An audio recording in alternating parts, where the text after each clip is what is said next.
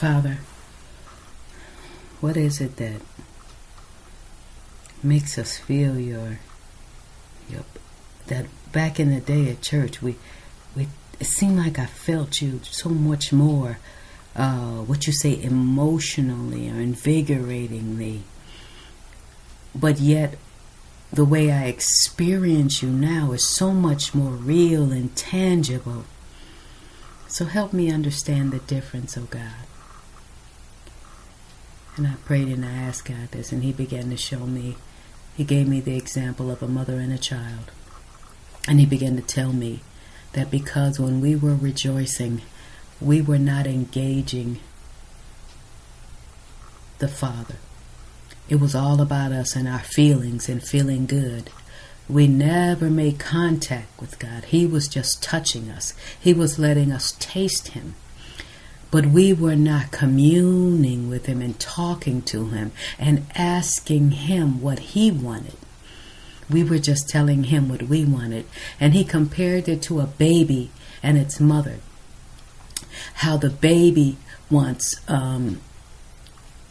it loves, so dependent. You think it loves its mother, and it just, no matter what, in the middle of the night, it wants its mother's breast. And it may even have its eyes on its mother. But it is not concerned about his mother's rest, his mother's feeling, his mother's needs, his mother's tiredness and weariness. It's all about what he wants and what he can touch and feel. And that's why he puts strange things, the baby, strange things in its mouth. Because all he can do is taste. That's all he knows to handle and taste. He does not know how to communicate and engage and have stimulating conversation. And so like when we dance and shout at church and we don't make contact with God, we don't hear from God, and we don't talk to God, and we're not pouring out our hearts to God. We're just getting a religious high. And God is gracious enough to let us feel Him, to know that He's still real. But we never mature, some of us, beyond that, to just saying, God, I love you. To communicate and open our mouths with the ability to speak that He's given us and say, God, I love you. Is there anything I can do to show you that I love you and appreciate you? Oh, I want to worship you. Help me to worship you in a way that makes you feel loved and honored and praised and glorified. Oh, God, help us today, oh, God. And so, when we mature into experiencing His presence, it's not as emotional. It's not as feeling oriented as before. It is more spiritual. But yet it is more tangible. It is less emotional and more spiritual and more purposeful and more engaging and more selfless. And we feel His presence and we hear His voice. And while we may not jump and move and holler and run around the church, we've made contact with the Holy God.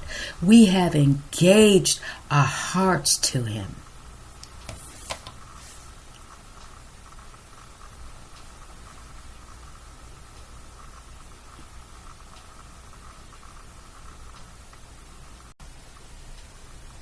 And Jeremiah 30:21, the latter part of it says, and I will cause him to draw near, and he shall approach unto me. For who is this that engaged his heart to approach unto me, saith the Lord. So Yahweh, my God, you're showing me that it is maturity. And it's not always that easy feeling when we grow up. And we have mature feelings and we begin to have a mature relationship with you. But we know that it's real. But when we feel that feeling in church, we want to feel it, but we know it is not enough. Those of us who are meant to love Him and meant to seek him.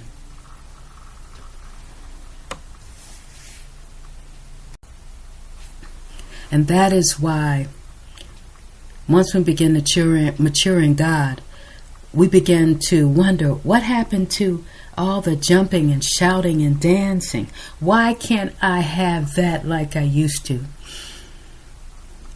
And that is the feeling of every adult, remembering how easy it was before we had the responsibility of caring about the needs of others, before we had to work on relationships, before we realized that relationships just don't happen. We're maybe introduced to them. God may send them to us, but it's up to us to build up the relationship, the marriage, the love and passion to where it should be. It is up to us to grow up and realize that what was just a taste has now become a satisfying meal that is not just sugary, that is not just make us feel good, but it actually makes us good and holy and pleasing unto God. And we begin to know how good and holy and wonderful our God is when we begin to engage him in his presence, in the worship.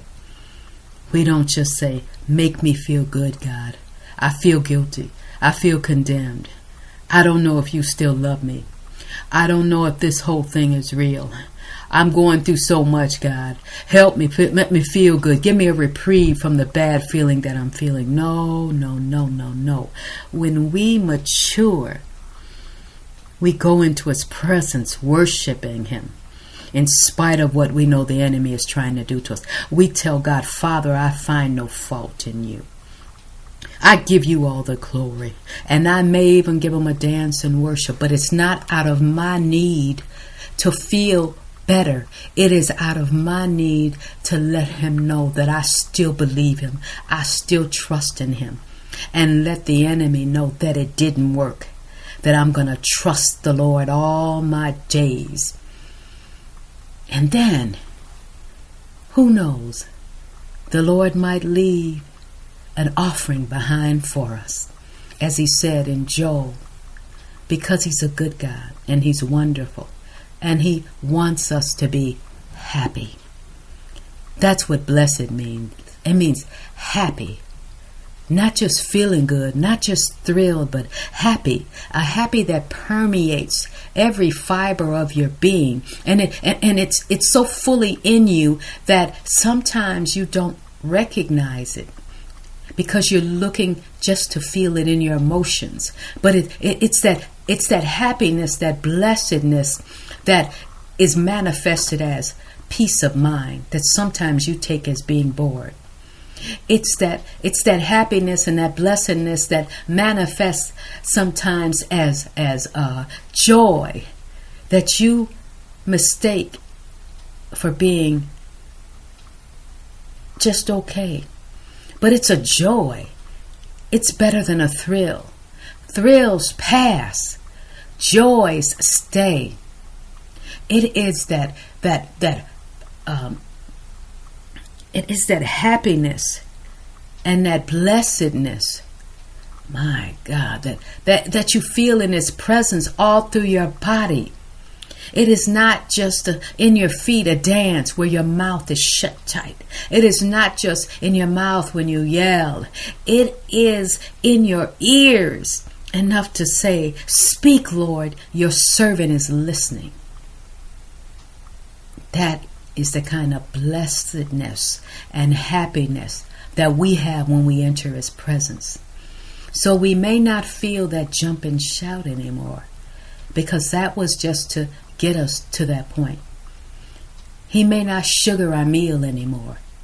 He may not do that because we're strong enough to know that it's good for us and say thank you.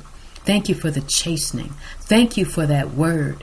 Even that it showed me where I was wrong. Thank you.